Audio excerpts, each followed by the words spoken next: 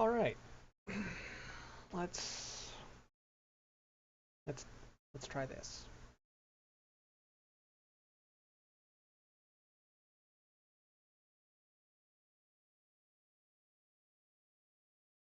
Okay, I probably should have scripted all this out before, but I didn't do that. But luckily, I'm recording this locally because just in case. Just in case the internet decides it doesn't want to be my friend today. I'm finally doing a stream about the games that influenced me. And my idea was I'd structure this by generation of game consoles.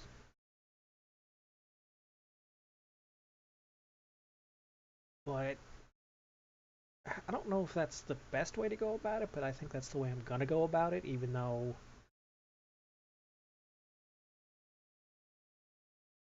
my game history is a little scattered. Either way, the easiest thing to do would be to start with generally when everybody had a home console, which would be in the third generation, which is the NES era, but and I also drew up a list of games from that generation that I've either played or am aware of that would influence my game taste. And I'm looking at the list here, and like half of these I haven't even actually finished. Actually, now that I think about it, because okay, let's back up. The games I listed for the NES was, uh, of course, the original Super Mario Brothers. Though I don't think I ever really got too far into it. At least this version. I have it. This is a fucking disaster. So the NES was the first console we had. I think.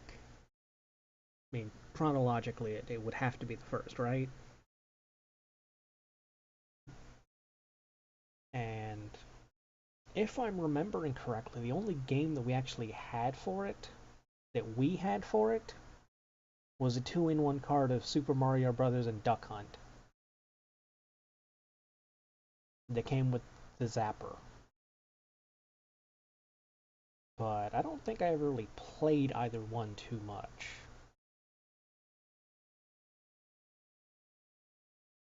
Aside from that, the only other things that I really played from this generation would be Mario 3,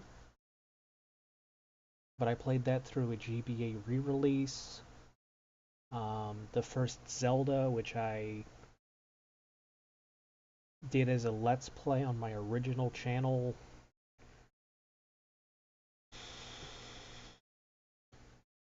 Probably like 12, 13 years ago-ish.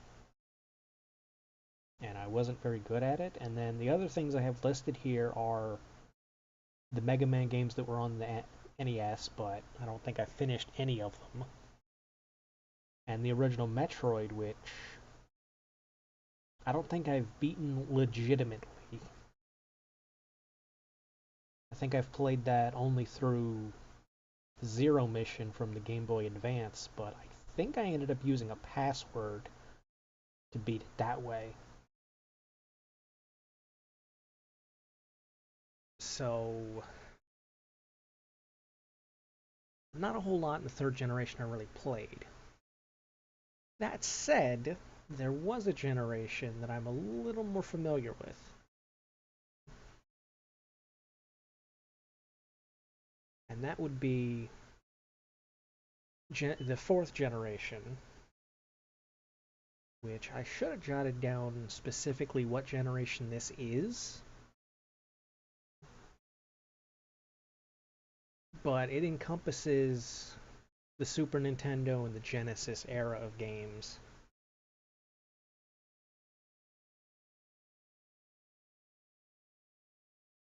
But I don't think we had the Super Nintendo, but I've played a couple of games that come from it. And I think I've only beaten one of them. The ones I have listed here are, I mean, if you're going to play the Super Nintendo, how do you not play Mario World? But I don't think I finished it. But I think I got to the last world. I think I got to the last world.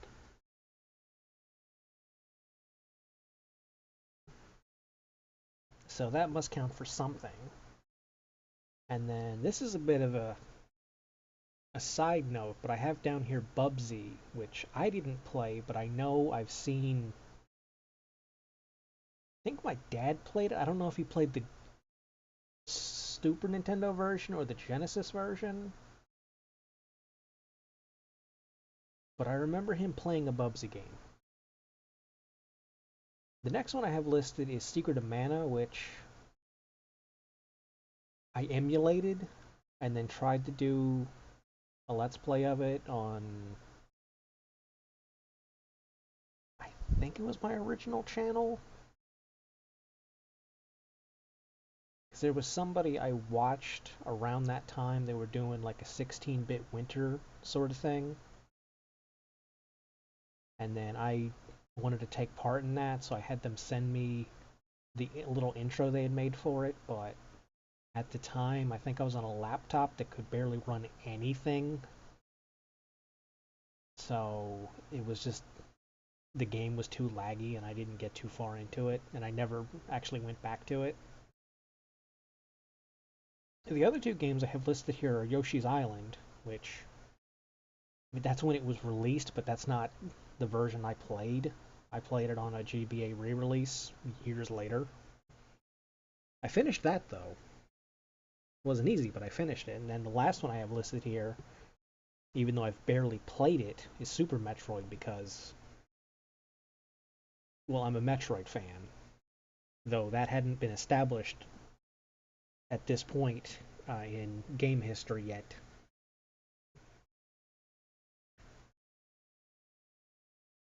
So that about covers my Super Nintendo game knowledge and game playing history. But then we get to the other half of this generation that I'm a little more familiar with. And that would be the Genesis. And this is really where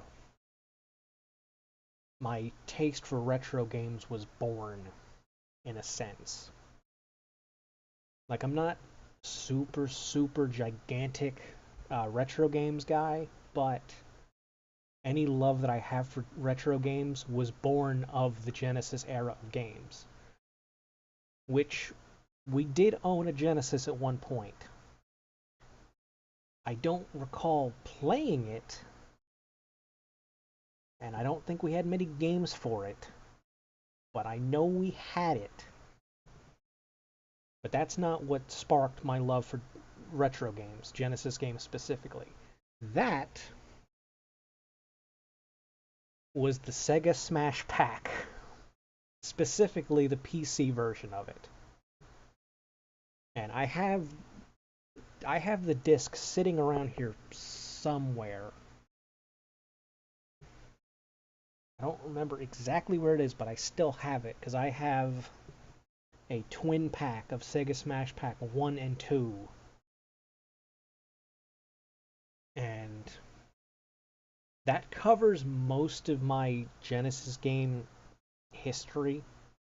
And I think I jotted a few other things down, but I figure why not go through what games were in the Sega Smash Pack and tell you if I've played them or not.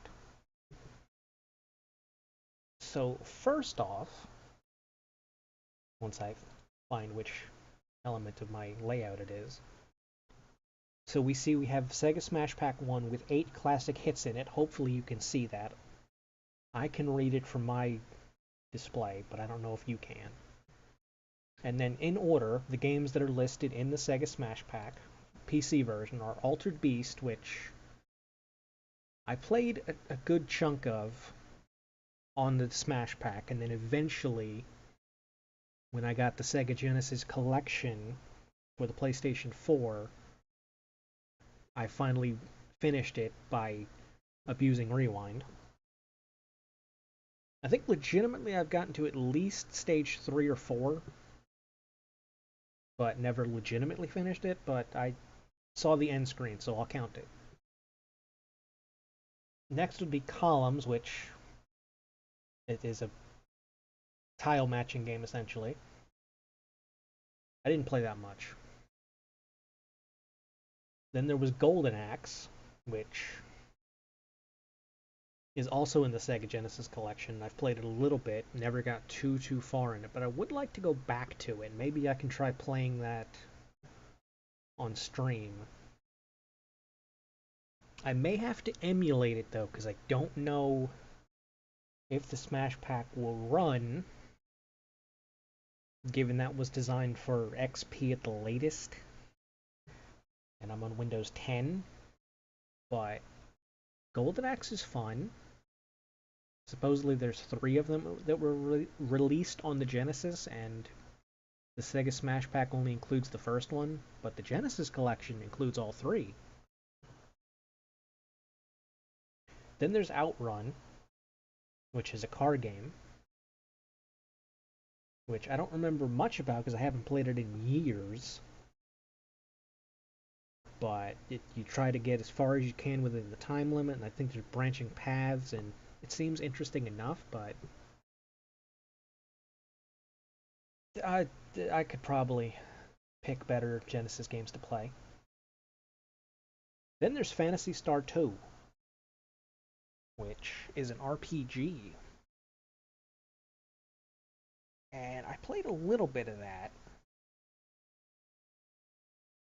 Never got too far into it, since there was usually another game I was playing around this time in this genre. The Phantasy Star 2 is good. I should go back to it at some point, either through the Smash Pack emulation or the Genesis collection, because it's in that too. Then there's Sonic Spinball, which, if I recall, we owned as a kid. Or we owned when I was a kid. And I think it creeped me out as a kid because some of the sound effects were a little spooky. I don't think I've gotten too far into it though. Then there's Revenge of Shinobi, which supposedly is the second game. I don't know, I never got too far into this one, or any of the other ones. Seems fun, might go back to it if the Smash Pack works. It might be in the Genesis collection, I'd have to check that. I probably should have checked all this before I started streaming, but I don't even have all the stuff ready for this. Then there's Vector Man. I probably could have picked a better image for this, but that's the box art. I have not finished this one, but I have finished the second one. This one seems to be a little harder than the second one for some reason. Maybe they hadn't refined the formula yet, but I've gotten a few levels into this and then haven't been able to progress much further. But it's fun. I think that's it for this first Smash Pack. Then we get to the second Smash Pack, and this is the one that's got a couple bangers in it. And if you've been watching me for a while, you can probably spot one of them.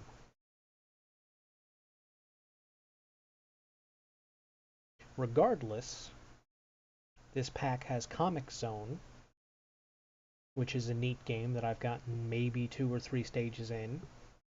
It's a little difficult, so I haven't gotten too far into it. but seems fun. Then there's Flicky. Uh, I realize the box art doesn't really tell you anything, but it's a fairly arcadey game, if that says anything, which it probably doesn't, but it's an arcadey game. It's not a meaningful story-based kind of game like some of these others are. Then there's Kid Chameleon, which I have not beaten legitimately and probably never will because there's supposedly like 100 levels in it, and the level map is labyrinthian, I guess is one way to put it. It's hard to explain how the level map works, but it's an interesting game. You play as the cool kid in the shades, and then as you progress through all the different worlds, you can get masks that'll turn you into all the characters you see behind Cool Kid, and they all play a little differently. Like Samurai being able to, I think they can downstab when they jump on things. The guy with the horn, I think, can charge through blocks. The Jason-looking guy can throw axes. The tank is a tank.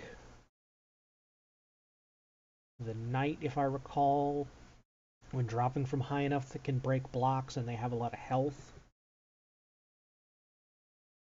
And I don't remember. I know you can turn into a fly at one point. I don't think that's too useful, though. But it is a thing you can do. It's strange. And then we have Shining Force, a little game that I've played on. I think I've played this on every iteration of my channel in some form. I think. Granted, one of them was a re-upload, but this this is my Genesis game. This is what solidified my love of retro games and Genesis games in particular. It all comes back to this game. Even though I never finished it through the Smash Pack, despite getting very close to the end, but being a young child who didn't understand how to do this type of RPG yet, and just rushed, well, not really rushed, but didn't swap my team out too much and ended up at the end of the game with less than optimal characters. I eventually came back to it in the GBA re-release and beat it legitimately that way, and I believe that was the version that I played through for all of my channels. Which is a little different than the original.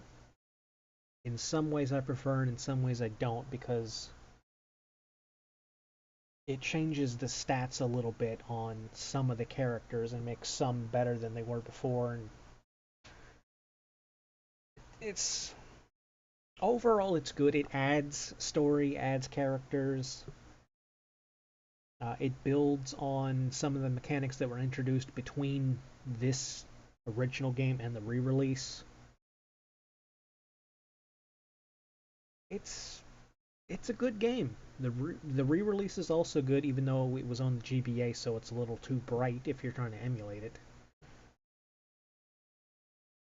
I would say if you're gonna pick up Shining Force, personally, I would pick the first one. It's hard to say whether I would recommend the original or the re-release. I think if you really want to get that Genesis feel, obviously you pick up the original to really see where this series effectively started, even though I don't think this is the first one in the timeline chronologically, when they were still having these games all in the same timeline.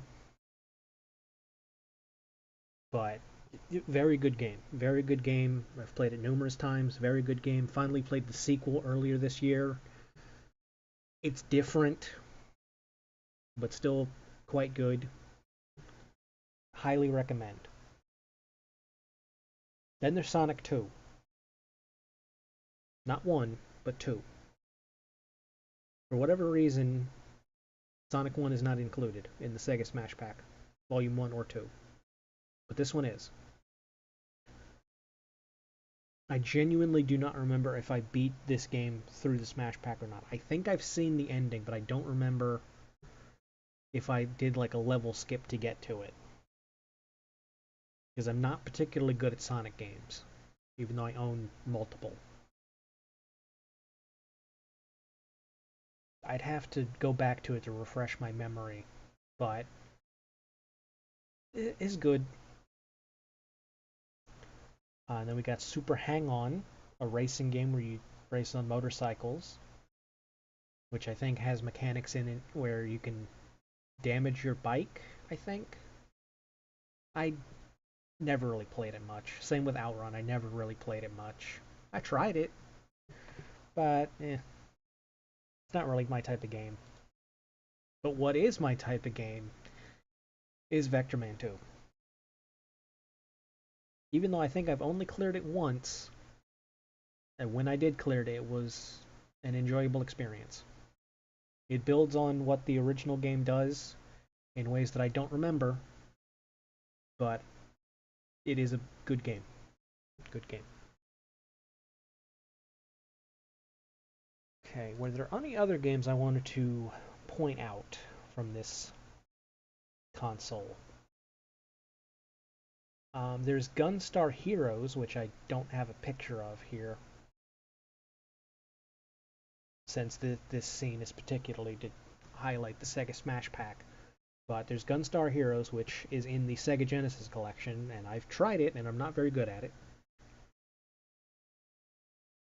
There's an honorable mention for Shining Force 2 in here, which, as I mentioned earlier, I have played. And while I prefer the first game over it, 2 is still very good once you adjust to its differences. Then I listed Shining in the Darkness, which I believe chronologically takes place before Shining Force 1, even though I think it came out after Shining Force 1.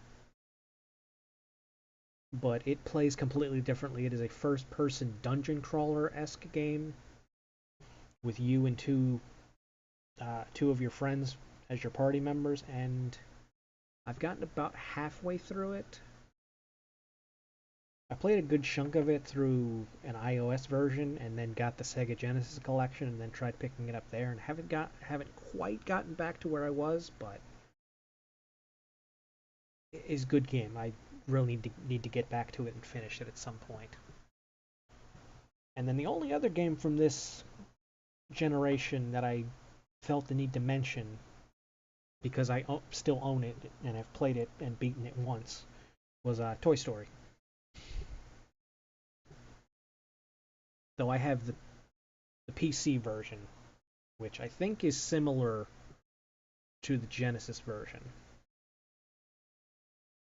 I think it's the most similar to the Genesis version, and it's Toy Story.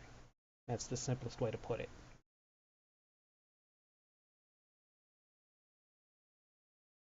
But then, so following the fourth generation, we obviously come to the fifth generation, which is what established my obsession with gaming to begin with, and is probably the genesis of my earliest gaming memories. I guess I can put that. And I guess I can start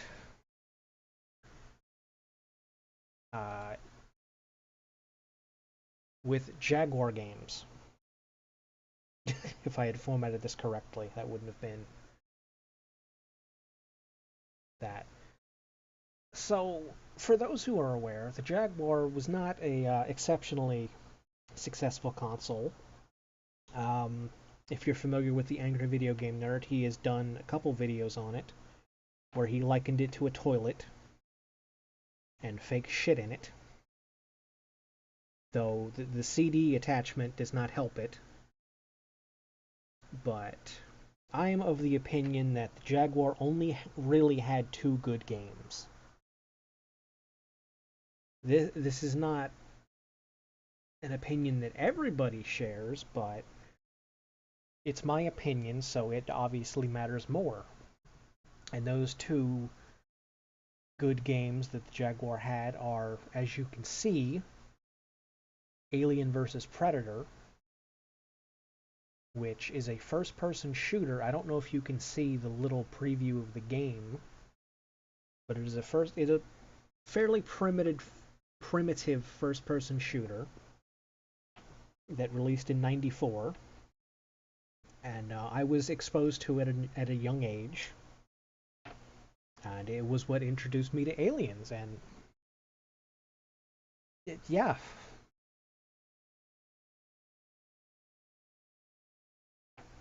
I I remember being like 2 and having a nightmare about this game because of the aliens. And it has not aged particularly well, being a Jaguar game which had a very odd controller, to say the least.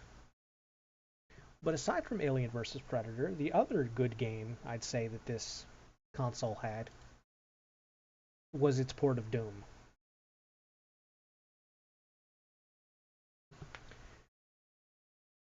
Which, I mean, it's Doom. It's on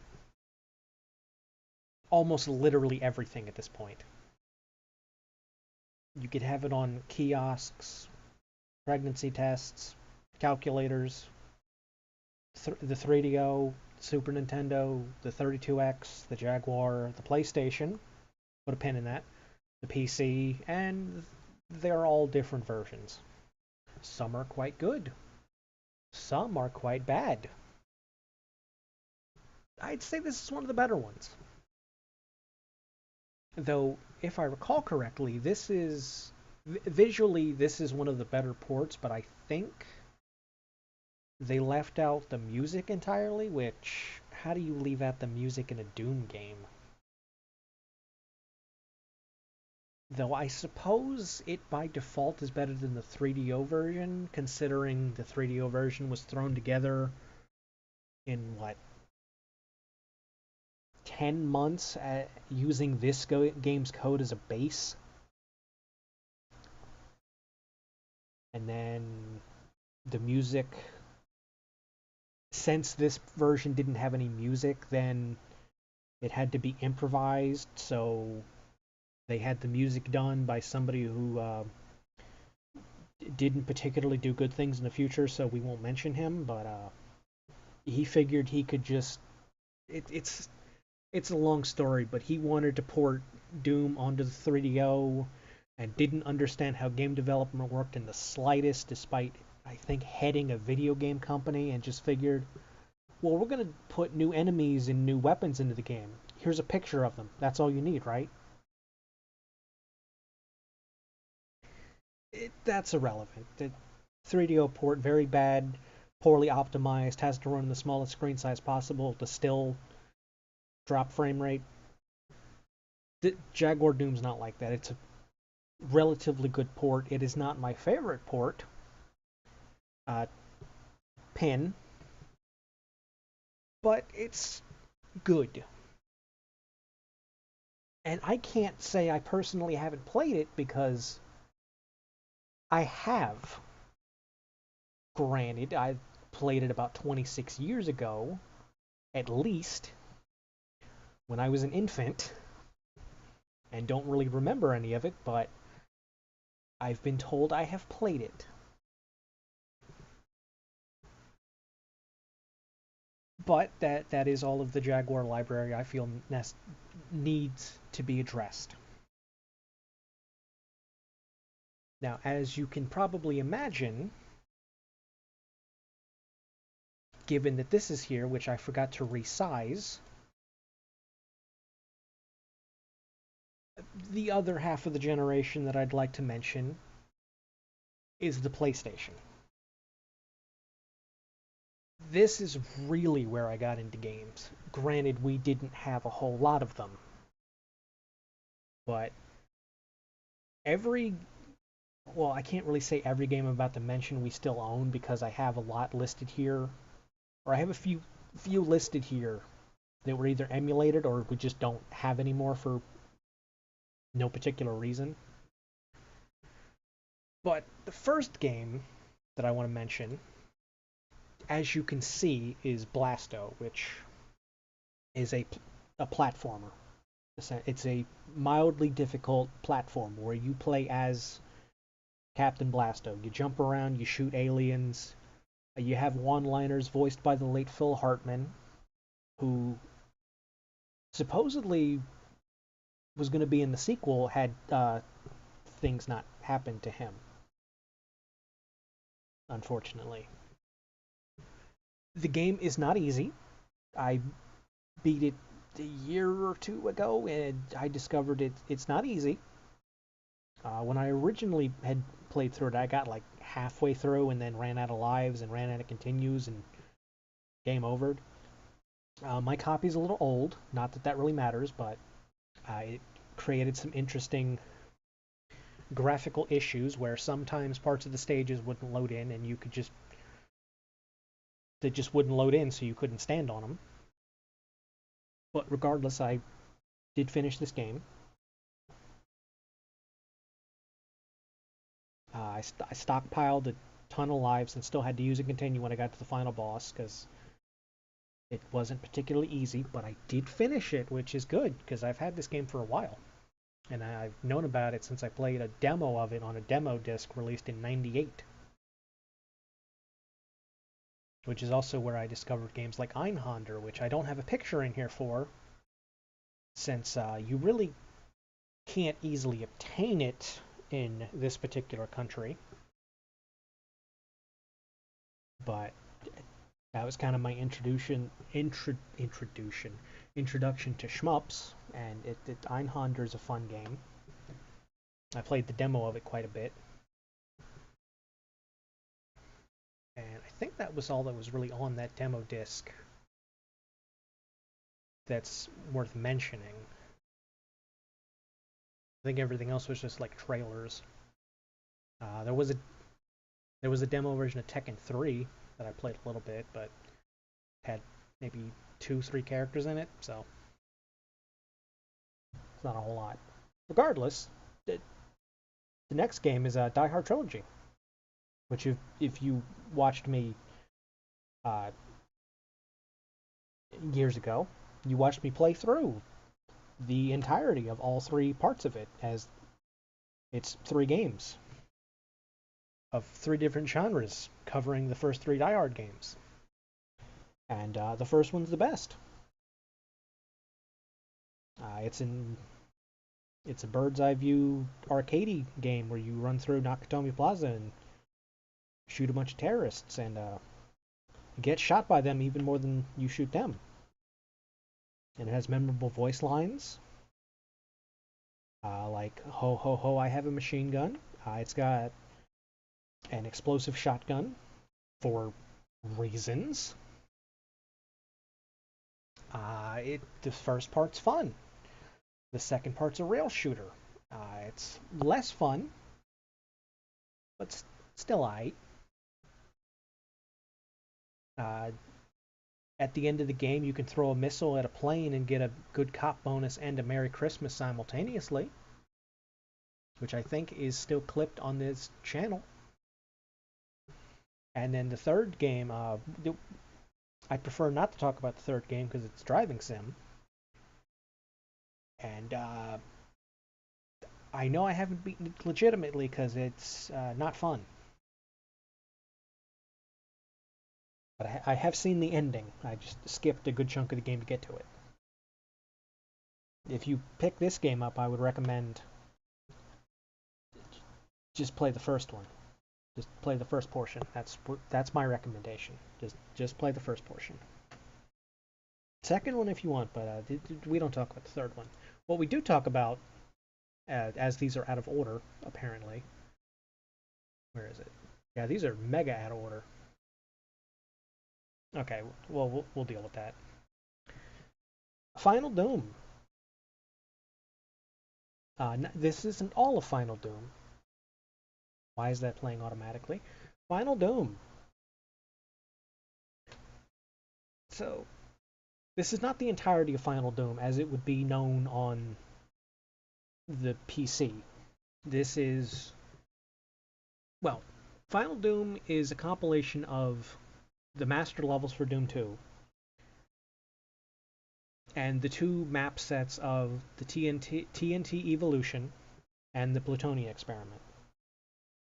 This is a condensed version that takes about maybe half of the master levels, six of the Plutonia levels, and a good chunk of the TNT levels.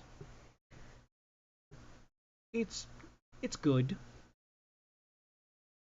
I wouldn't say it's overall better than the first two Dooms, which pin. I wouldn't say it's better, but it's different. There are a couple levels in this that I like. I like going through the master levels, especially since in this version you don't have to pistol start all of them like you do in like one of the more modern releases of Doom, where they included the final Doom stuff. You don't have to pistol start all of the levels, so that's cool. You can keep all your weapons. You can't play all the levels in that, but you get to keep all your weapons. But there's also Quake 2,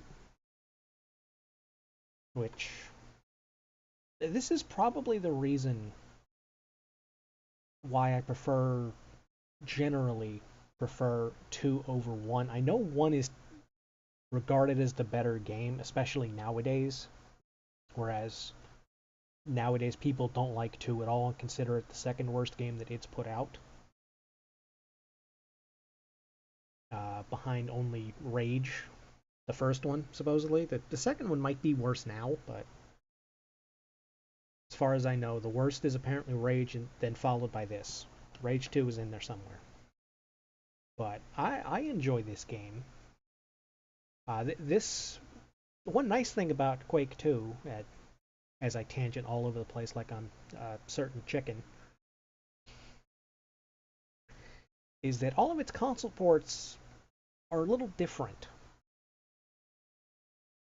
I believe this also had a Nintendo 64 port, which I don't think it had exclusively new levels, but well, we can rephrase that. I don't think all of the levels in the 64 version were new per se. I know it had a lot of new levels, and I think it was the shortest of the ports, but I don't think it was exclusively new levels. This I know mostly follows the PC version. It has a couple new levels sprinkled in, but it generally follows the flow of the PC version. It cuts out a few episodes because they probably just won't fit on the hardware. Like the mines, I think, entirely get cut. I think the palace segment is cut completely. It could be hardware limitations, storage space, things like that, but generally the game still plays fine. It has, it does have, the levels are broken up with loading sections. Again, I suppose due to hardware limitations. They divide the levels technically into sections where you got to go through a small hallway to load the rest of it. Things like that. And the only other notable thing is when you enter a level or die, you have the option to use up a resupply to fully fill your health and ammo. I think you only get 3 for a whole campaign, but they could be useful if you really need them. And another thing is that this game had local multiplayer, and depending on what difficulty you beat the main campaign on, you would unlock cheats for the multiplayer. I don't remember what they are, but they are unlocked. Fun game. And then, I mean, really, how do you play a lot on the PlayStation and not literally play one of its mascots? And I picked the collector's edition specifically because one, it's easier than putting in all three album arts and then organizing them correctly, like I obviously couldn't do with the other stuff, because I'm pretty sure a certain game's supposed to be in here a lot sooner. But I also actually own the collector's edition. None of the three discs work, probably because I played them so much, but I did get the collector's edition, which apparently if you get it sealed is like $600-700. So I wish I had known that 21 years ago. Oh well. These games are fantastic. Absolutely. I mean, none of them work. There's none of the discs work. They're so scratched that I literally can't play any of the three of them in their original forms. Luckily, there's the Reignited trilogy, so I can play that now. The games are very good. I don't know how else to put it. That they are very good. I didn't include. How did I not include the album art, the cover art for the PlayStation port of Doom? How did I not do that? I know I have that in here somewhere. Let me get that real quick so you can see it. I could have sworn I put that in here. Because here it is. Let me just fit that to the screen real quick. There it is. It had a... This is an interesting case. As you can see, custom PlayStation edition. And they're not kidding. This is probably... From all the Doom that I've played, excluding a game that released after this, this is probably my favorite version of Doom and my favorite Doom game, period.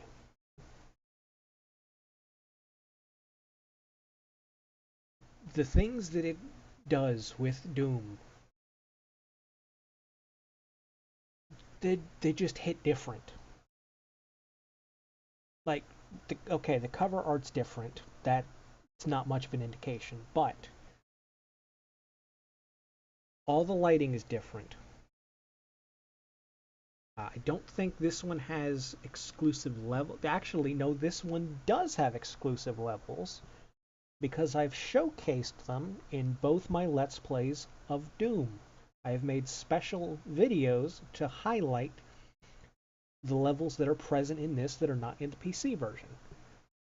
Supposedly, they're also present in the Saturn version, but this one runs better. But if I recall correctly, the PlayStation version and the Saturn version are very similar, but this one runs better. The big differences, though, are the weapons, well, the sounds. The sounds are a big one. The sounds I feel in the PlayStation and Saturn ports are much more fitting for Doom, especially when it changes all the music as well. Now, that might seem blasphemous for Doom not to have its iconic music, but this game goes for more of an ambient feel in Doom, and it works marvelously. So marvelously that they did the same thing in Doom 64. They took all of the sound effects and maybe not the music, but I know they took the sound effects and they are used again in Doom 64, which for the longest time was exclusive to the Nintendo 64. But thankfully, with the release of Doom Eternal, it was re-released for modern consoles, because the only other way to really play it would be well, emulating the 64 version or getting a conversion for PC like Absolution.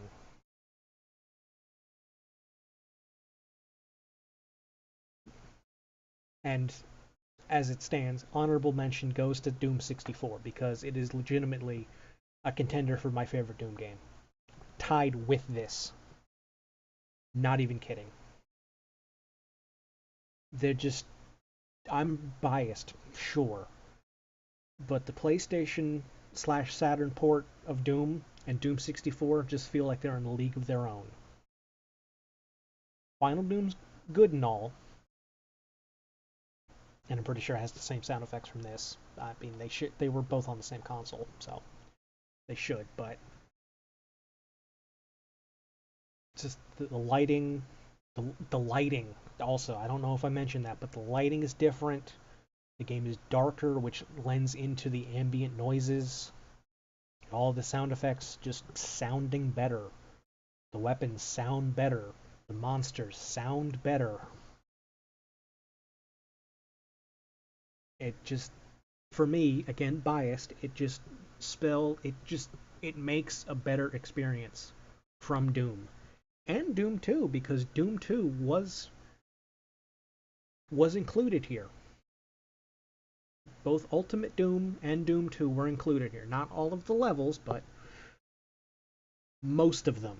They only cut a few, I think, and then substituted a few new ones of their own, which again I have highlighted in the playthroughs of Doom and Doom 2 and their bonus videos.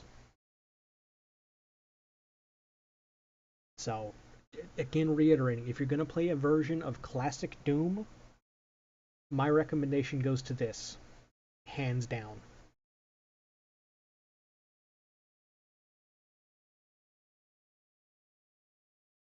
Now, were there any other games I had jotted down that weren't in this list? Um, there's Alien Trilogy, which is, again, and this is specifically an Aliens game, not Aliens versus Predator, but is again a first-person shooter, generally covering the locations, not so much the events, but the locations of the first three Aliens movies.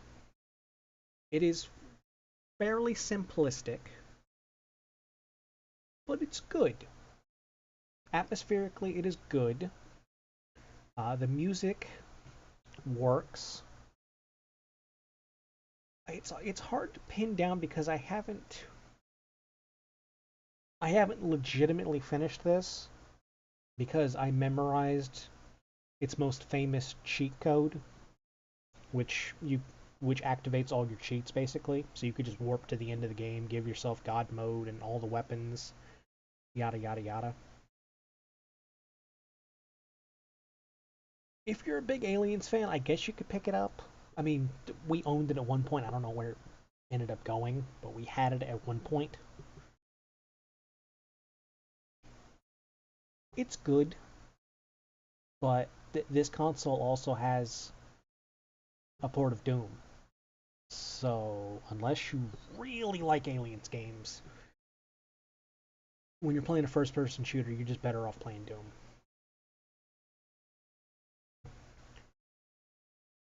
The other things I have listed here are Buzz Lightyear, because I haven't verified this, but I know I own a Buzz Lightyear game on PC,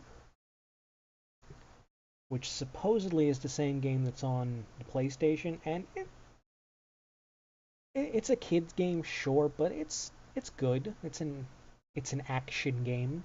It's good. I also have listed Symphony of the Night, which I have not finished. I didn't really get that far into it, but to make up for that, sort of, I have played Bloodstained. And Bloodstained is really good. It's really good. So I probably should play Symphony of the Night, but I haven't. But I probably should. The next thing I have listed, which may annoy some people and make them very angry at me, is I have not finished Final Fantasy VII. Granted, I don't own it for the original PlayStation. I do own it digitally on the PlayStation 4, though. So I really have no excuse. But I just never really got into 7. I guess when I tried emulating it, I didn't get far enough into it. But I've heard time and time again it's like the best one. But I mean, I guess I technically have played 7 since I like Lightning from 13 so much, and she's just female Cloud, so I guess that counts.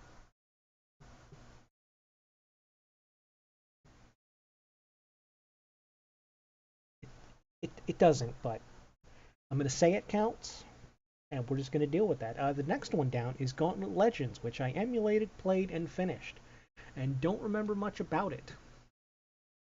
I had fun with it, though. I know that much. So that's kind of an honorable mention. Next is Gex 2, Enter the Gecko, which had a demo on that demo disc, and then years and years later, I got a physical copy of it, and then eventually finished it. It's good. I also own a very scratched copy of the original game that doesn't work, but I think that's a side-scrolling platformer instead of a 3D platformer like the second and third games are, so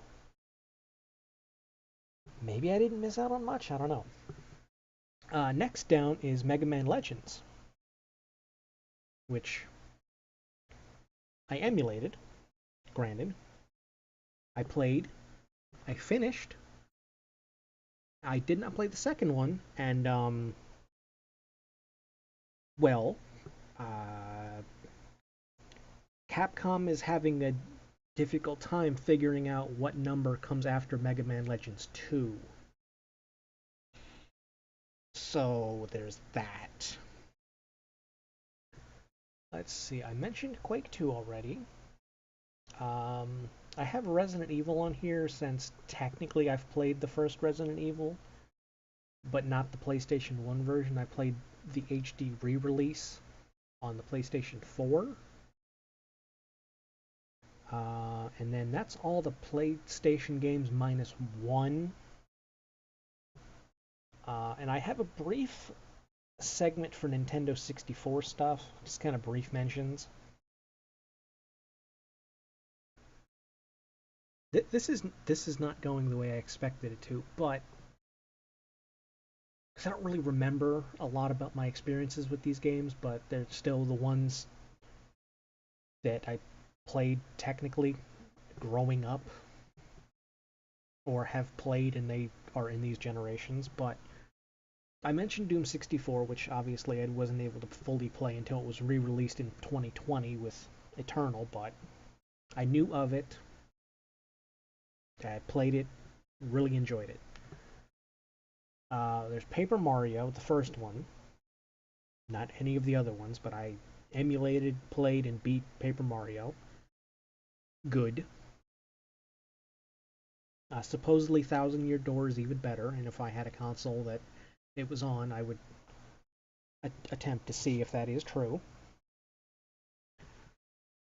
And then the other ones I have listed here are both of the Nintendo 64 Legend of Zelda games, both of which I own through the Wii.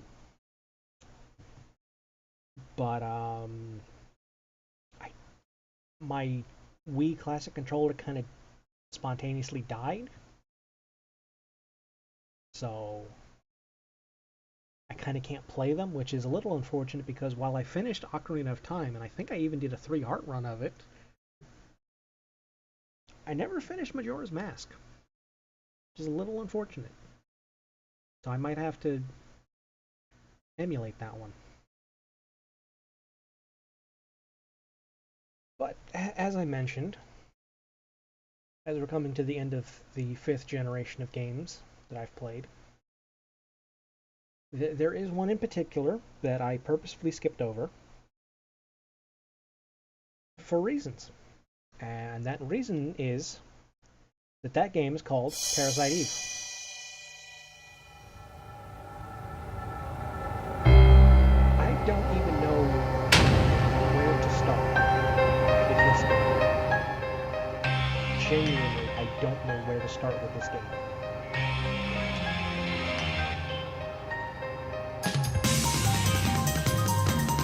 Genuinely, one of my favorite games of all time.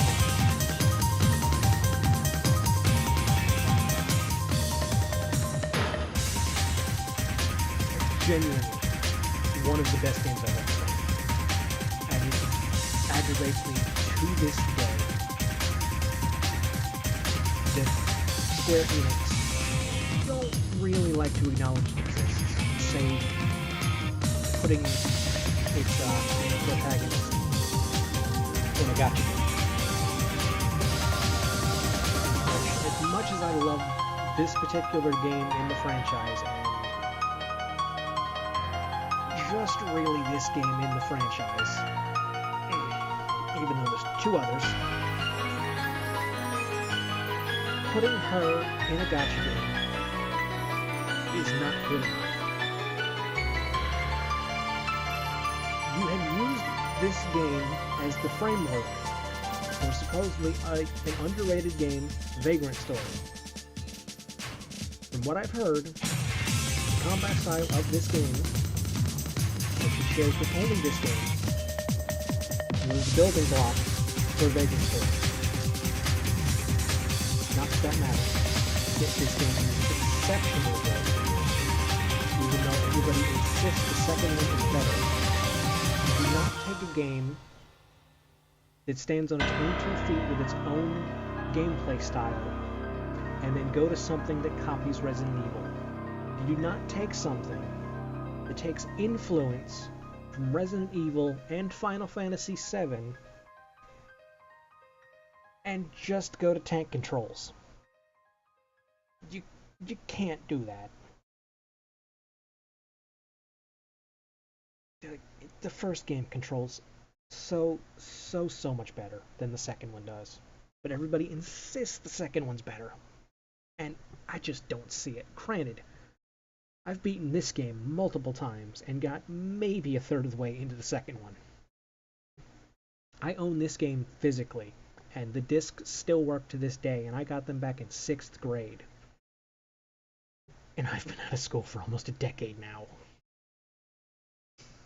They still work. I had this so long. I even rebought it digitally on the PlayStation 3 alongside its sequel. And words cannot describe how I feel about this game. It is so good. And it is so depressing that the second was a step down, and then they waited till the PSP era to release a spiritual successor that is a blatant insult to everybody that was waiting for her to come back. And it's been radio silence ever since. Save her being in a gacha game and everybody thinking that Square Enix's NFT thing was actually Parasite Eve themed when it wasn't. Hopefully, emphasis on hopefully, once they are done re-releasing Final Fantasy VII, they'll think about considering maybe, possibly, potentially, probably not, doing an HD remaster or a new game in this series. But Square, you only have to do the HD remaster of the first game. You don't have to worry about the second one, and if you just ignore the third one even exists, we're great. Okay? It's just the first one, not the second one, unless the first one does really well, then you can do the second one and maybe clean up those controls a little bit. Maybe. And just the third one, we ignore the third one. The third one, we don't talk about that one. We don't talk about that one.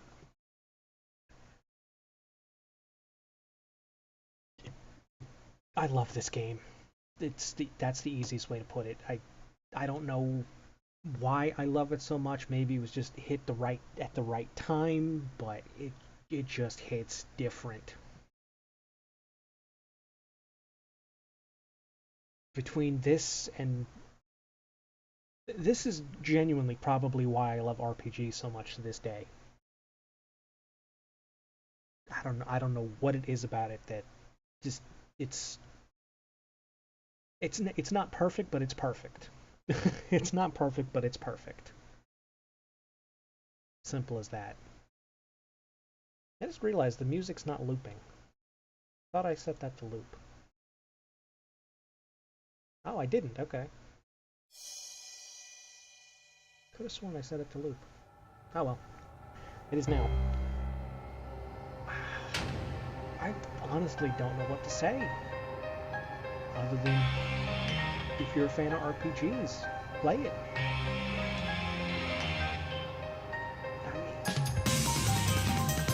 I mean, maybe it was just the era of Square that this was released in, because this was released alongside a bunch of other bangers. Like, this was like 98 that this came out. So this released around the time of Final Fantasy VII or Time Ponder, which was a flop. So good. This inspired the Combat of Vagrant story. Like, clearly they were doing something right.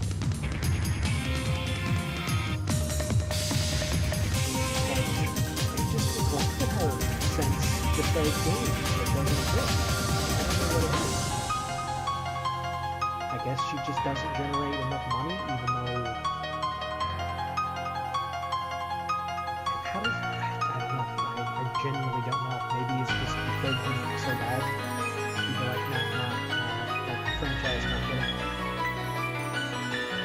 Nope, just play the first one. She had crossover outfits with Lightning. Pretty sure... forget which game it was for. It might have even been for Final Fantasy 13 1, where Aya got Lightning's outfit and Lightning got Aya's outfit in the third game. It doesn't exist.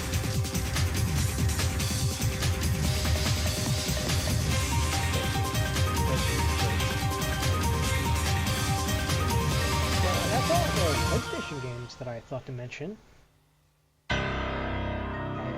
Really, after that, it's hard to say. Because I went through the 6th generation of stuff, which would be the PlayStation 2, GameCube, and Xbox era. And there's just not a lot here that I would say really influenced my tastes. Or were just like notable things. There was obviously God of War, which I got eventually when I got a PlayStation 2 in like 2008. And that was good, but I don't think it really shaped me. There was San Andreas, which was my first GTA game when I played it. I think that really shaped me. There was Ratchet Bedrock, which was the entire reason I had the PlayStation 2 in the first place.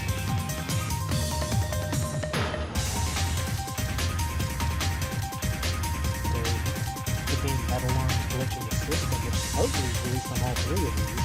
I played a demo of it around the time it was released. Didn't know what it was called, so it took me like a decade before I found a copy of it for GameCube, so then I had to go to GameCube, but then GameCube memory card, so I had to go to memory card. Actually, I think I got the game played it on the Wii, and then eventually got GameCube. That sounds right. And then the only really notable thing for the Xbox, since I never owned one, was Fable, and that's just because a kid from my school days, when I was in 6th grade, a kid down the street had Fable on his Xbox. watched him play that for a bit, and then eventually he just like got a Xbox One for playing arcade table games. Honestly, I think the first one's the best one.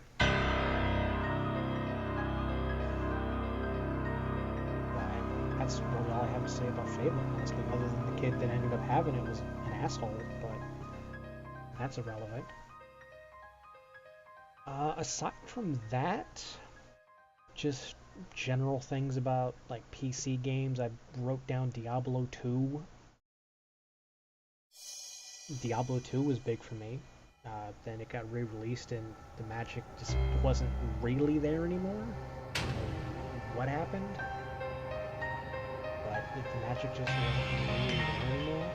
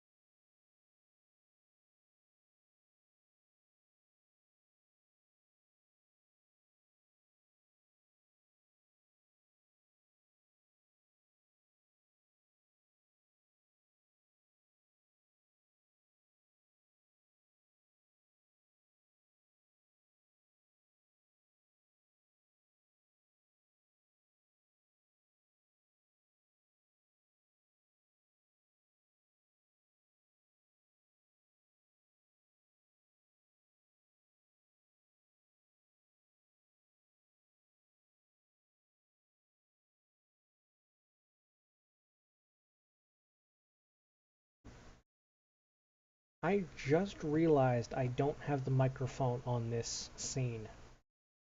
Shoot me.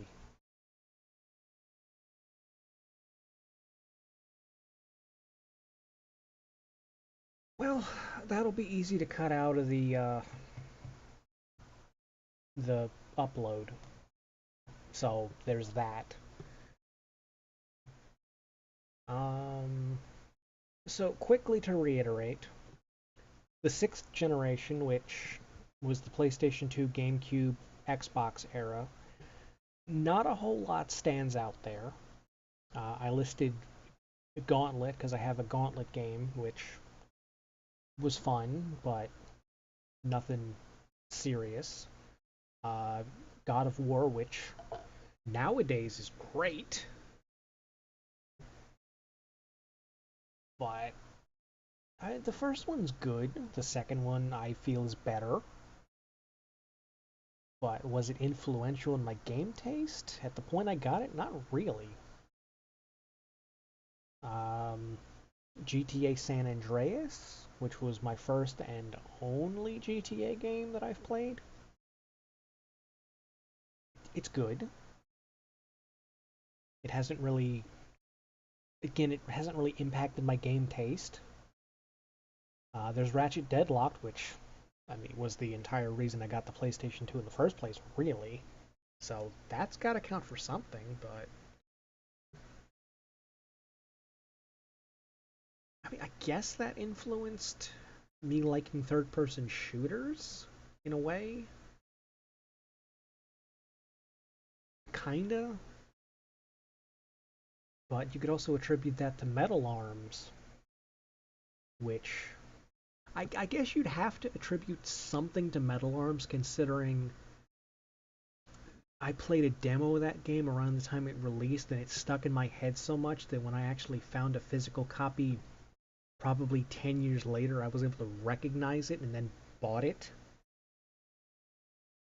and then had to get a decent GameCube controller and GameCube memory card because I got the GameCube version for the Wii when I could have potentially gotten the PlayStation 2 version, which was the console that I owned at the time and had a memory card for. But my luck, it would have been the Xbox version. Because apparently it was also on that, and I wouldn't have been able to play that version until maybe a year ago when I finally got an Xbox One. But speaking of Xbox, the only thing of note really is Fable from that generation. And that's only because I had a guy down the street I went to school with that actually had Fable. I think he had Lost Chapters. I think he was either in the expansion or I think he was up to it because I think I saw him fight the dragon at the end.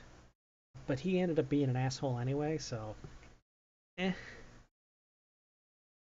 But eventually I was able to, when I got an Xbox One or got Game Pass, I was able to play all three Fable games, and I feel like the first one's the best one, but